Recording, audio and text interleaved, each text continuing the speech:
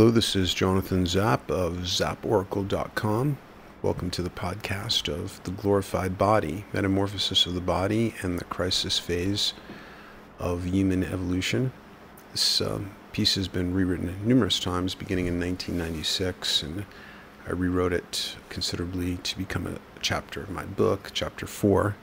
And this is not quite identical to Chapter 4 in the book, but it has some overlaps. And I'm recording this July 29th of 2013. The metabolism of our species is reaching a feverish intensity as we approach an evolutionary event horizon. One symptom of this feverish metamorphosis is our mutating relationship to body. Suffering associated with body image has reached such epidemic proportions in our culture that it must be counted as one of the greatest spiritual plagues ever to be visited upon mankind. Media bombard us unceasingly with images of ever more idealized youth and beauty, while vast portions of our population undergo voluntary starvation, grueling exercise regimens, and surgery in an effort to control their body image. Attempts to control body image often result in collapsing self-esteem, intense suffering, and premature death through self-imposed famine. The temptation is to view body image problems as an isolated illness rather than a phenomenon that points right to the core of our evolutionary predicament. What from one vantage seems an illness in need of eradication, from another is an evolutionary process in need of understanding and continued transformation. The purpose here is to explore body image problems in their actual context, the spiritual/biological evolution of the species. Viewed from this depth, body image disorders come to seem part of a difficult birthing process. This process involves risk and suffering, but may also result in the creation of new life. From the illness point of view, body image is a problem neither hidden nor unstudied, and especially in the last decade, there has been an explosion of studies, articles, and books which have attempted to understand and ameliorate this collective illness. Eating disorders are the most lethal of psychiatric conditions. Much of the most profound and valuable work on body image / eating disorders has been done by feminist historians and psychologists who have done incisive studies of how the oppressive force vectors of a patriarchal society, particularly the media, have distorted women's expectations of their bodies. This work is entirely valid as far as it goes, which unfortunately is not to the core of the problem. The body image epidemic is greatly exacerbated by media and patriarchal forces, but it is not entirely reducible to those forces. What is perceived as the cause of the illness is actually a set of pernicious symptoms created by a deeper, more primary cause. Hiding the primary cause of the collective illness are symptoms and secondary forces that are powerful, highly visible, and capable of acting as seemingly independent prime movers. At the true center of the epidemic and its vortex of symptoms is an absolutely primary human urge, which I have termed the will toward the glorified body. This primary cause, unlike the secondary forces mistaken as primary, is a force capable of creating growth and transformation. When we look to the actual core of this problem, we see both the reasons and the means for creating an unexpectedly positive outcome. To understand the will toward the glorified body, we first need to define what I'm referring to as the glorified body. Many Christian writings describe the body of the resurrected Christ as being a glorified body, a radiant body, free of mortal limitations. Although I'm not working from a Christian point of view, I believe that this phrase captures a powerful archetype. We see images and hear stories of the glorified body in most or all cultures and periods. There are all sorts of variations and numerous gradations on the glorified body spectrum, but the defining characteristics are fairly apparent. Although the glorified body occurs in endless variations, there are two very broad categories in which the term glorified body will be employed in this article. One use of glorified body refers to the inherent energy body that all human beings possess. Sometimes I will substitute energy body to make clear this first meaning of glorified body. The second and somewhat overlapping category of use for the term glorified body is to refer to human or non-human entities whose manifest bodies are closer to energy than conventional flesh and blood bodies. This type of glorified body hovers in the collective psyche of the human species as a highly charged image and expectation of our further evolution. No mystical leap of faith or willing suspension of disbelief is required to accept the reality that we all possess an energy body. This type of glorified body has been recognized by secular and religious traditions throughout human history.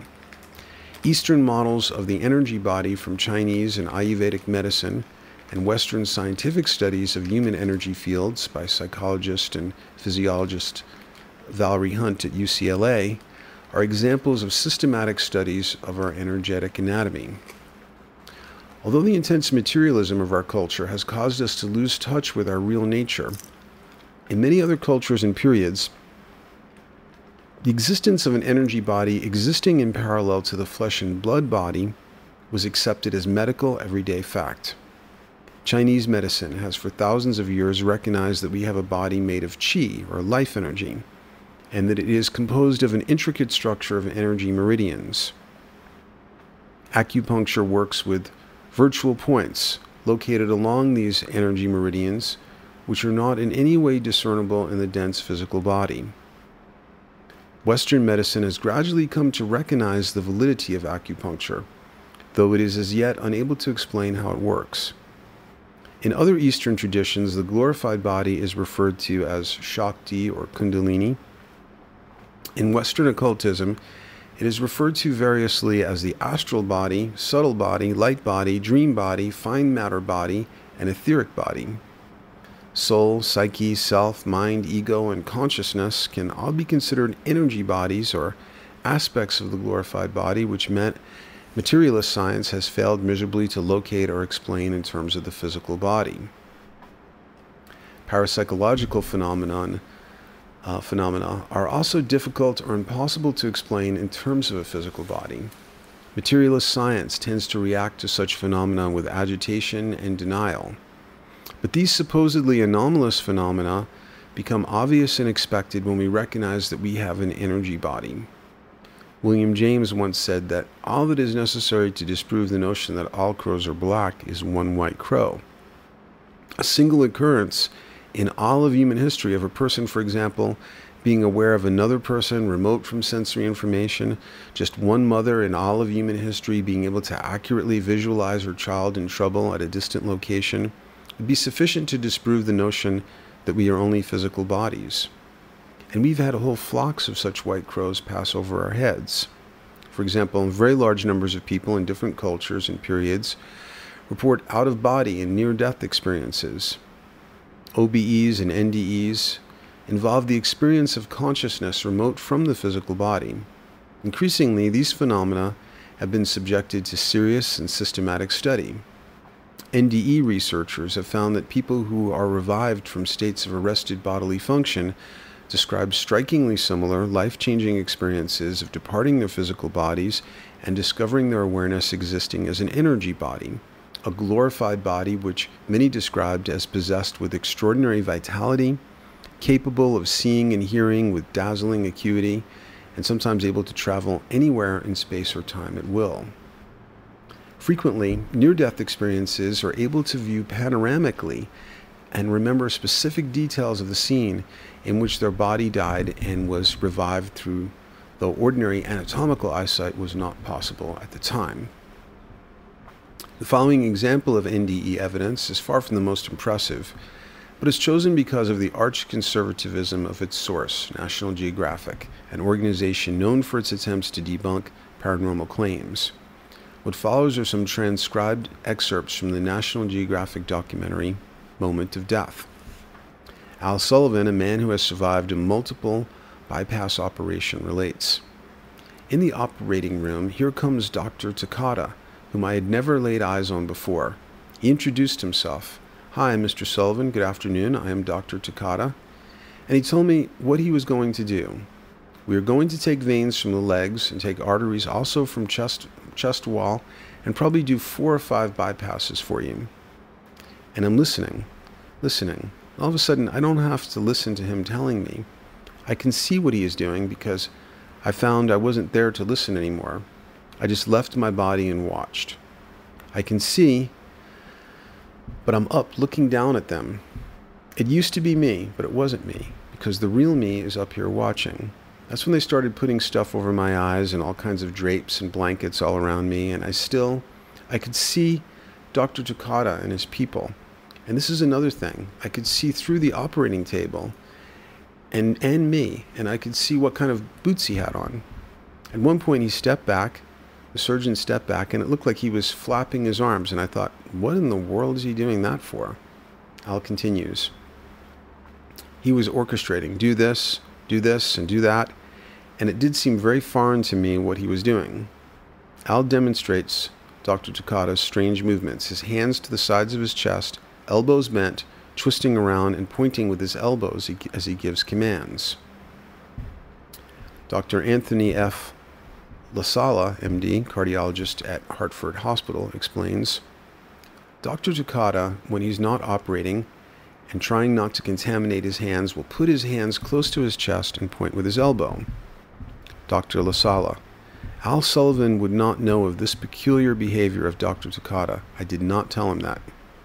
Dr. Takata, I cannot explain how he saw these things under the complete sleep of anesthesia. Dr. LaSala, even if he was conscious, it'd be impossible for Al to see Dr. Takata's stance or arm movements because Al was behind a drape that blocks the vision of the patient, and his eyes were taped shut. For a much more impressive and detailed case history, see the Pam Reynolds case in Life Lessons from the Living Dead. It's another document and podcast on the site. Although the glorified body may exist in all of us, some people are able to manifest it in different ways and degrees than others. A charismatic person, a person who seems radiant or has a powerful presence, may be a person better able to manifest their glorified body. There are apparently rare cases of human beings who have shifted their energy body into the foreground of manifestation to such an extent that for a period of time, they appear to be closer to light than flesh and blood. Extensive reports have accumulated that certain yoga masters, saints, religious ascetics, etc., achieve incorporation of the glorified body in ways that conventional materialist science would have a hard time explaining if verified. Of course, many will turn out to be bogus. It'd be great to see some of these cases subjected to rigorous scientific study. In mythologies, the glorified body appears free of some or all of the many limitations of mortality. The glorified body may be completely free of cosmetic blemishes, limited vitality, aging, pain, disease, and death. A glorified body may be able to transcend conventional limitations of space and time.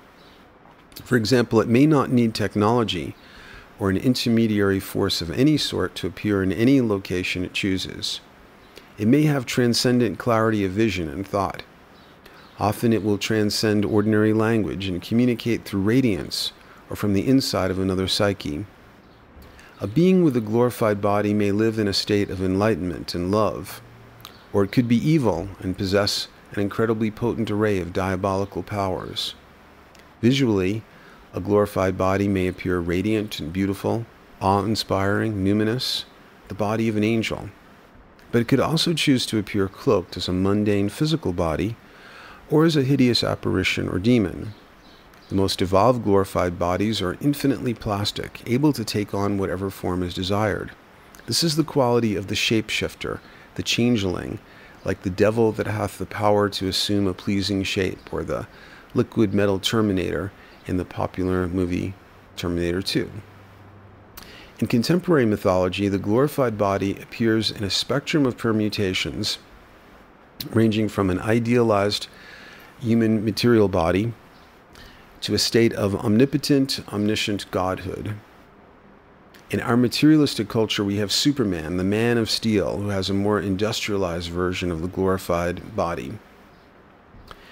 The man of steel seems the perfect Iron Age personification of the glorified body. To put this in the perspective of the cycle of ages, see The Mutant versus the Machine, the end of the Iron Age, and the Galactic Alignment of 2012, another document. On the website, Superman doesn't have special radiance, telepathy, or most other divine attributes, but leaps tall buildings in a single bound, outruns locomotives, and most helpful in our culture, is bulletproof. At the other end of our cultural spectrum, the glorified body turns up as the shape-shifting UFO phenomenon perceived by human observers in endlessly varying forms. An interesting mythological place to observe an evolving spectrum of glorified bodies in contemporary culture is in the rich fantasy world of Anne Rice's Vampire Chronicles. These novels also have much to say about the intensity of the modern will toward the glorified body. As Rice develops her vision, particular vampires grow more powerful and their bodies become more glorified. Fledgling vampires don't age, are stronger than mortals, more energetic, have superior mental clarity and memory, are superb mimics, and have a number of telepathic abilities. But they're also dependent on living blood and can be destroyed by fire, sunlight, and older, more powerful vampires. Vampire bodies go through a kind of reverse aging. They become stronger, more impervious, and they develop an array of powers that seems to be evolving toward omnipotence. Significantly, the most advanced vampires are no longer fully dependent on drinking blood and become less and less constrained by the organic world. In Rice's mythology, the first vampire was created when a spirit, driven by jealous discontent at not having a body, is able to enter a human being and merge as a kind of symbiont with body and psyche.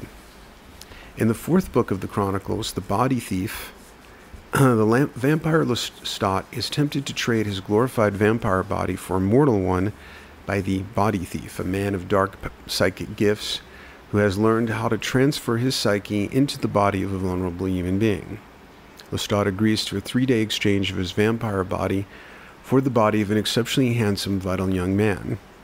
As soon as the exchange is made, Lestat is horrified by the clumsiness of the mortal body, its vulnerability, slowness, tendency toward fatigue, poor vision, and lack of telepathic abilities. He feels the most extreme revulsion when he has to suffer through eating, indigestion, bowel movements, and illness. It takes a desperate struggle for him to regain his glorified body from the duplicitous body thief, and he is never again tempted by mortality. In the Chronicles, you can feel the deep urge in Rice to have a glorified body herself, a body not limited by predetermined gender, unwanted body fat, limited beauty, and power. Through her characters, Rice displays the gifts of a talented body thief in the imaginal realm as she projects her awareness into one glorified body after another. And of course, there is her cult following, those folks who write her all the time begging to be made vampires so they can escape their mortal bodies. The human will toward the glorified body is not a subtle urge. It is an iron fist pounding on both sides of the doors of perception. It is an urging of such terrible power that it will prompt some to go under the surgeon's knife, to starve themselves to death, to sell their souls in the hopes of having a mortal body that will merely better resemble a glorified body for a brief time. The glorified body is not a casual, imaginative musing or an episodic blip on the radar screens of various cultures. It is a powerful, emergent archetype. It is one of our most ancient obsessions and one of the most explosively contemporary. It is related to the deepest sources of human suffering, an inextricable part of 1,000 types of neurotic torment, a companion in some way to almost every form of personal hell. It's also a divine muse, one of the greatest sources of hope and inspiration we've ever known. Messages about the will toward a glorified body are as ubiquitous in our culture as radio and television waves. Expression of this will can also be found deeply embedded in every religion and mythology, and yet it is rarely named, rarely seen as a highly differentiated, defined, and absolutely integral aspect of human psychology. The will toward the glorified body is at the center of some of our most destructive and also some of our most creative impulses. This will is a primary urge which can inspire incredible athletic achievement, great art, and technology that blurs with magic. The will toward the glorified body is what inspired Michelangelo to carve David. This same will has also inspired the technological magicians of the computer industry to provide us with avatars, animated characters that represent us in the once visually anonymous world of the internet. Soon we will be able to boot up our virtual bodies and revel in a digital garden of earthly delights. Our bodies will be infinitely plastic, and with a mouse click we can be leaner than Kate Moss, or have cybernetically enhanced muscle definition that will make Mr. Universe look like the Pillsbury Doughboy. It's interesting to note the term the computer industry has adopted for these new digital bodies, avatars. The first definition of avatar in the abridged Oxford Dictionary is, in Hindu mythology, the descent of a deity or released soul to earth in bodily form. But somewhere behind the ever more glowing computer monitor or virtual reality goggles will be a human being, a digitally unenhanced, mortal, organic version 1.0, who will very likely have bags under their eyes and a pot belly. The Wizard of Oz tells us not to look at the man behind the curtain, but we will look, and will be ever more horrified with the contrast between what we see behind the curtain and what's up there on the screen. The primary urge will remain agonizingly unfulfilled. However unfulfilling it may be in some ways, technology is one of the central expressions of the will toward a glorified body. Technology actually does allow us to extend our physical bodies through time and space. The urge to become a celebrity, for example, is an urge toward a glorified body that modern technology can, to some degree, create. In her films, Marilyn Monroe still lives as a youthful beauty.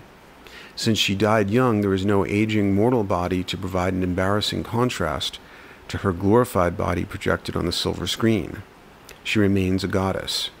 People in our culture perceive that someone like Marilyn Monroe has achieved a kind of technological glorified body and seek material technological means to achieve immortality themselves.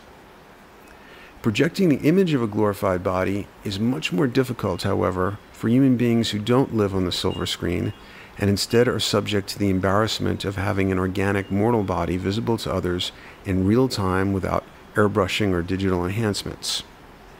Most people don't possess unusual physical beauty, or, if they do presently, may have problems if they plan to live a normal lifespan. Many in our culture try to glorify their mortal bodies through dieting, cosmetic surgery, and exercise regimens. But attempts to whip the mortal body into glorified body status can never result in a lasting feeling of success. There is always that person in a glossy magazine picture who looks better and seems to really have a glorified body.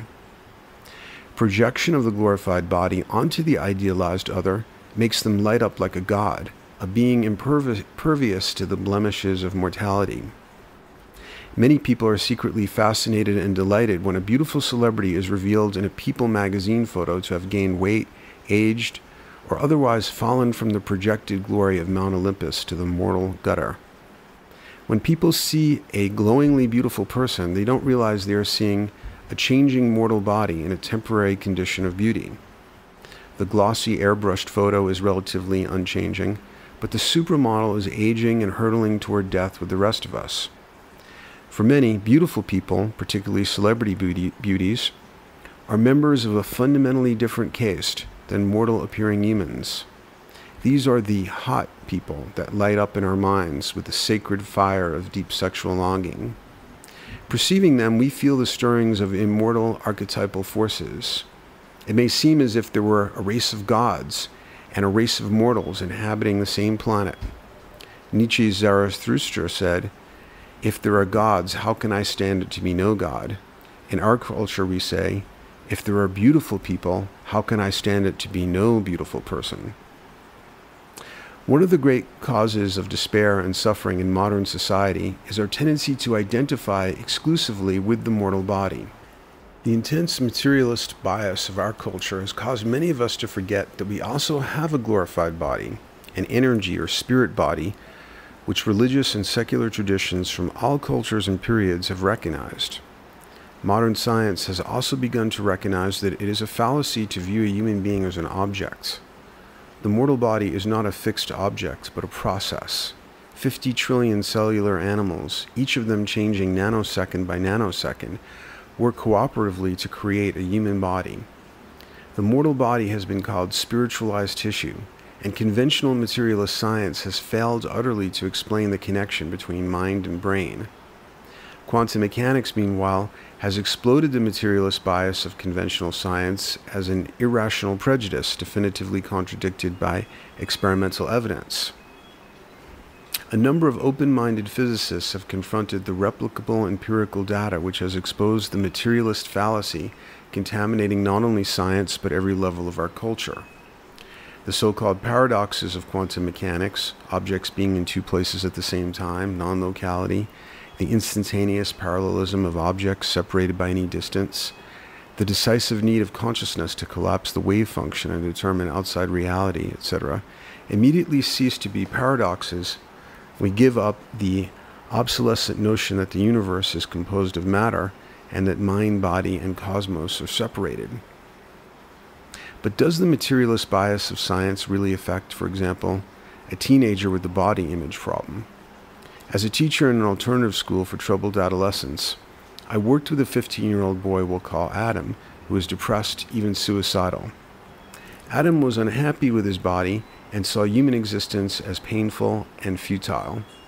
In talking about the source of his despair, he mentioned a television program he had seen a couple of years earlier. The program was a documentary of some sort that showed brain surgery being performed on someone suffering from epilepsy. During this operation, neurosurgeons would stimulate part of the patient's exposed brain, see what response they got, and label that portion. Adam was horrified by the television documentary. It seemed that being human was reducible to a brain that was nothing more than a circuit board. He felt that this show proved that he was nothing more than a meat puppet, a term he borrowed from the name of a popular rock band. Adam's feelings about his own body and human existence were influenced by the briefest glimpse of the pseudoscientific position referred to as neurological materialism, the belief that human consciousness is non-existent or is reducible to an epiphenomenal byproduct of a chemical process in the brain. But we are not meat puppets. We are much more than our mortal bodies, and we already possess a glorified body. For several hundred years, the priests of science have influenced the rest of society toward the materialist fallacy. We became much more focused on objects, and our attention was diverted from the realm of the spirit. Our present magic is technology which we can buy at the store. The gods and goddesses we once saw in the heavens have become technology-wielding extraterrestrials who, like evil scientists, do medical tests on us inside of metal saucers. And of course the other gods, I guess, would be celebrities. And most significantly, we become focused on the body, our body, and the body of the other as an object. We identified with the denser, mortal aspect of our being, our physical body. That identification became more and more exclusive, and our glorified body, the energy body that exists in parallel to the physical body, was forgotten. Our glorified body became the ghost in the machine, an elusive, suspect dimension that couldn't be measured in grams, centimeters, or amperes. Materialist science found that it was completely unable to explain mind, which is more a function of the glorified body than the physical body.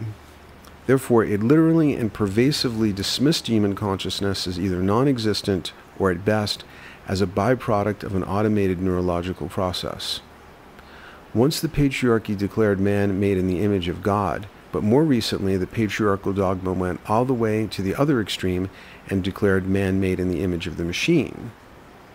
Consciousness and free will were disparaged as illusions, accidental subprograms of our real center, the brain, misinterpreted as a tangled, wet digital computer.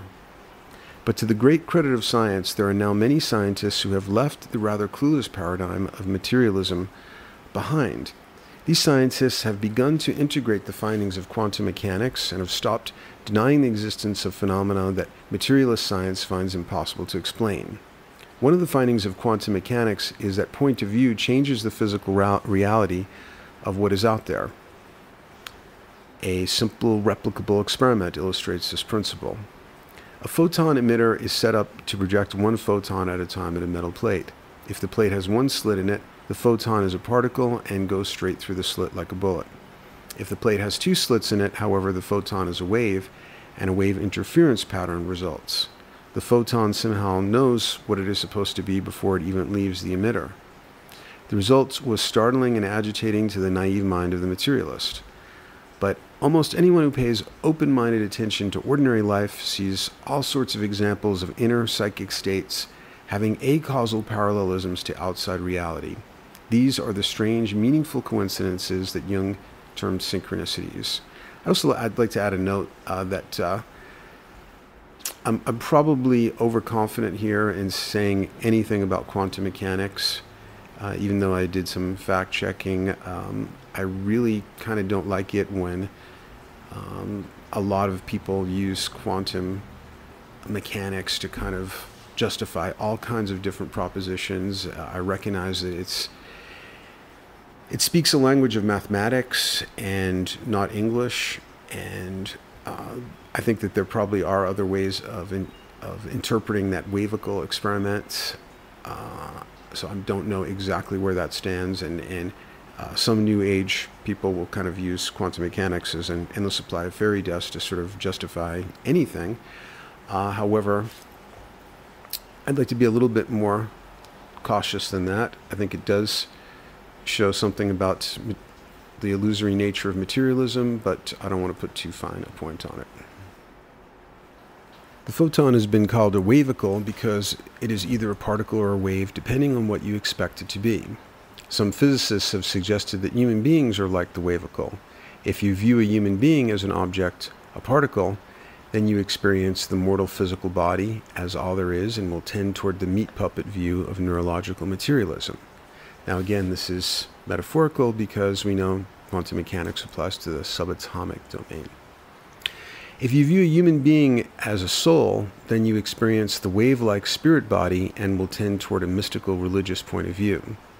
To see the full human being, you must flip back and forth between these points of view until you're able to experience that human beings are both particle-like physical bodies and wave-like energy bodies. The dualistic point of view formalized by Descartes at the dawn of science caused mind and body to be sundered into entirely separate realms. But that naive separation is failing both in science and society.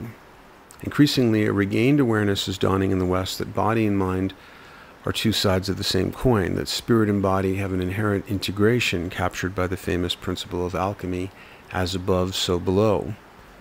Classical Newtonian physics and the materialist paradigm failed to explain consciousness and other aspects of the glorified body.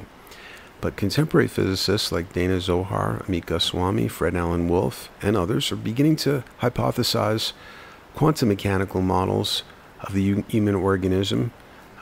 More prominent, I guess, would be Roger Penrose and Hamroth, their microtubules idea. Account for both body and mind. One problem is that a generation gap of sorts has opened up between those people doing science who are aware and have struggled to integrate new paradigms of reality that jive with the findings of quantum mechanics, and those who profess to do science but refuse to give up the obsolescent paradigm of materialism that fails to account for quantum mechanics, consciousness, parapsychological phenomena, etc. This generation gap is even wider in society, where many ordinary persons, like my 15-year-old former student Adam, believe that science has proven that we are meat puppets and that there is no spirit or energy body, and others who know the facts of life, recognized by almost every other culture in history, that we have both physical and energetic bodies. A large part of our suffering is caused by our tendency to mistake reflection for radiance. Our materialist bias causes us to equate ourselves and others with reflections. Mirrors, photographs, film, and video obviously present us with mirror reflections of other human beings. But directly gazing at a real-time human body passing us on the sidewalk can also be a case of seeing a mirror reflection. What we actually see is the reflection of ambient light off the surface topography of skin, hair, and clothing. This reflection enters the simple convex lens of the cornea and emerges turned upside down on the back of the retina. The retina also has a large blind spot where the optic nerve connects. This imperfectly transmitted light must be turned right side up, the blind spot must be filled in, and in numerous other ways the registered image must be interpreted by neurological processing. This doesn't happen instantaneously, so there exists a time buffer between environmental phenomenon and our perception. What we actually see is a neurological construct, reconstruction of a past event. Fortunately, we don't perceive with just the conventional 5 bodily senses. Other persons have radiance, the direct transmission of self, that allows us to feel their presence at a distance, which precludes ordinary sense perception.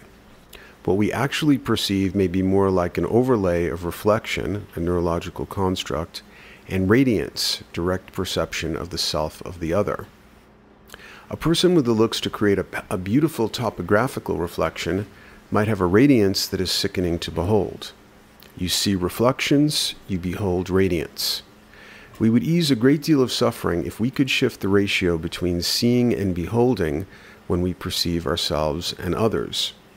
If we learn to behold others as radiance, to look beyond the blemishes of their reflections, to perceive the glorified body already present, then we will have gone a long way toward healing transformation. To accomplish that transformation, we need to name and recognize the perception of radiance we already have.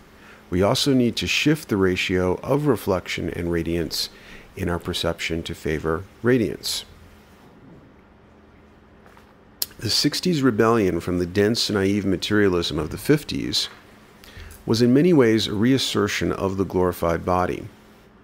Consciousness-altering psychedelic experiences were sought as out-of-body experiences on demand. The fascination with Eastern religion, transcendental meditation, parapsychology, and the occult was largely a rebellion from the patriarchal dogma of the material body as all there was. For all the narcissistic goofiness, crass commercialism, and gullibility often associated with the New Age, this movement grew out of the 60s and furthered and articulated collective dissatisfaction with the reigning creed of materialism.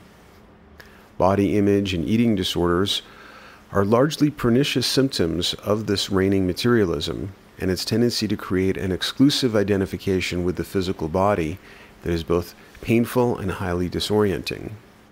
We need to heal that disorientation and expand our identification with the physical body to include recognition of our inherent glorified body. The will toward a glorified body is a primary urge, the urge of our entire species, and not just single individuals living in a particular culture. Organisms of all sorts seem to have the primary urge to reproduce, to genetically propagate. Among gendered organisms, there is an insistent urge to couple with other individuals of the same species. That urging may be intense enough to be described as going into heat. Heat is a state of excitement and increased dynamism, whether it is the material heat of fire or the metabolic heat of a living organism. The organism in heat may appear agitated, even tormented, while in the grip of this urge. In the adolescent stage of development, the stage of recently acquired reproductive potential, there may be the particularly urgent will to achieve that first coupling. The unfulfilled urge is antecedent to the coupling event, an event that in chaos math would be called an attractor. Very roughly, an attractor is an event in the future that is so powerful that it warps causality and phenomenon in the present. Phenomena in the present. Very likely the organism will get to fulfill this urge, but it is not a sure thing. Some organisms may die before they fulfill the urge, but certainly some individuals of that species must get to fulfill that urge or the species will become extinct. As far as I can tell, urges in nature are always fulfilled by a species, though not necessarily by every individual of that species. Only in human beings could we even imagine the existence of an urge that seems to never be fulfilled.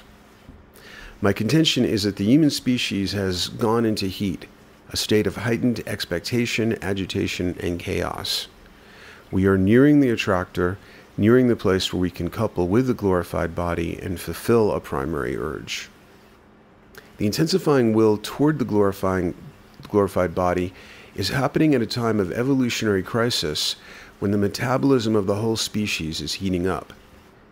Technological changes and scientific discoveries are fundamentally altering our experiences of self and outer reality. The biosphere that allows the existence of our physical bodies has undergone a global toxification, threatening the continuance of our species. To understand the body image plague, we must view it in the context in which it occurs, a crisis phase of human evolution. Many attributes of the human psyche, from sexuality and body image to spirituality and our sense of relation to the universe, are rapidly mutating.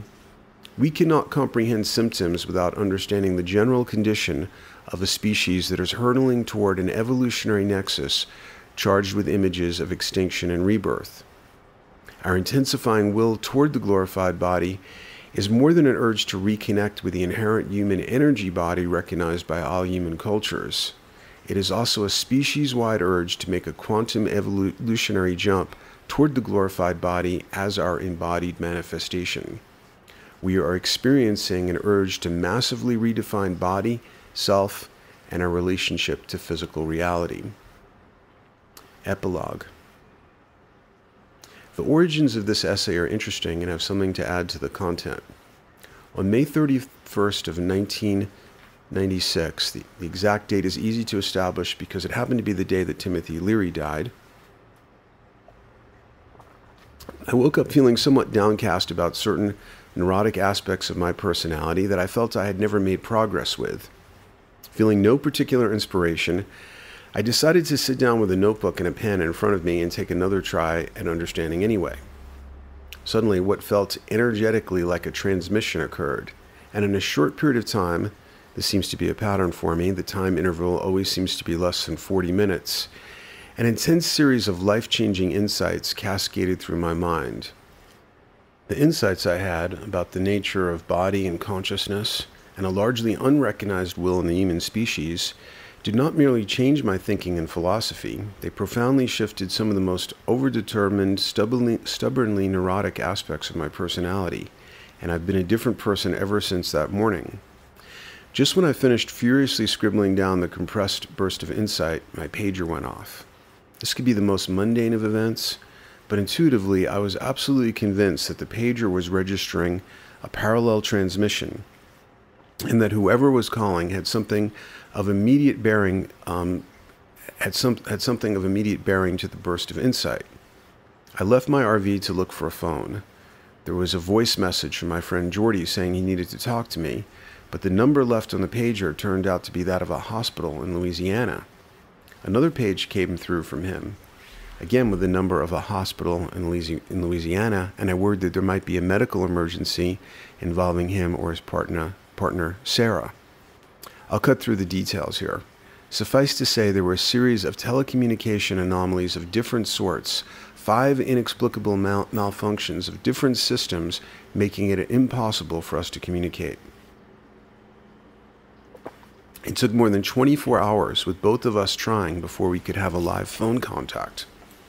Jordy had paged me immediately upon awakening from a dream of shocking intensity and import, in which I appeared as a dream character.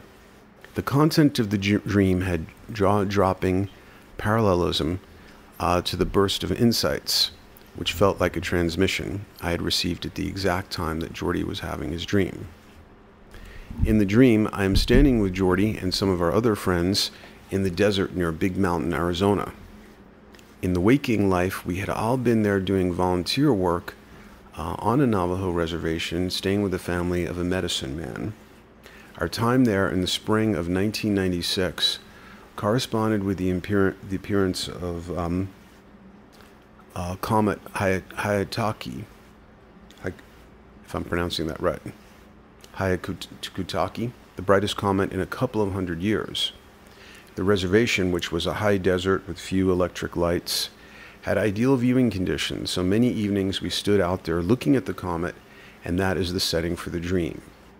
We see some shooting stars. One of the shooting stars, this is the dream now, one of the shooting stars veers off its expected downward trajectory and comes shooting toward us.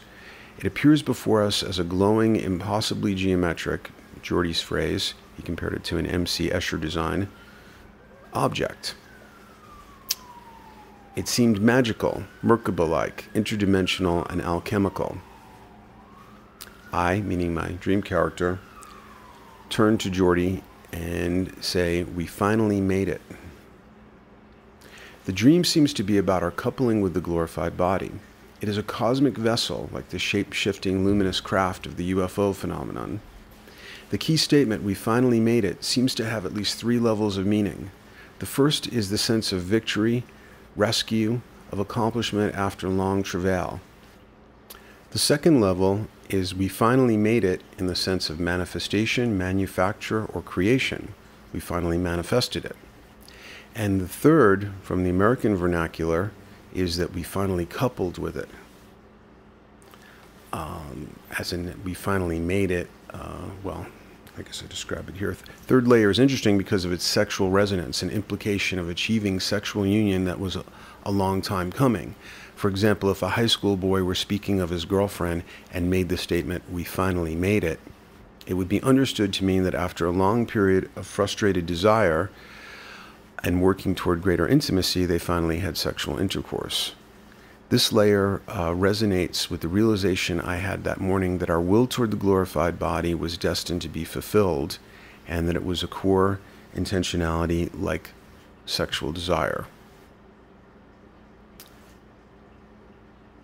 And I give some links that are very related to that, like Avatar and the Singularity Archetype, and of course there's the chapter in my book, Crossing the Event Horizon. Thank you for listening. This is Jonathan Zapp of zapporacle.com.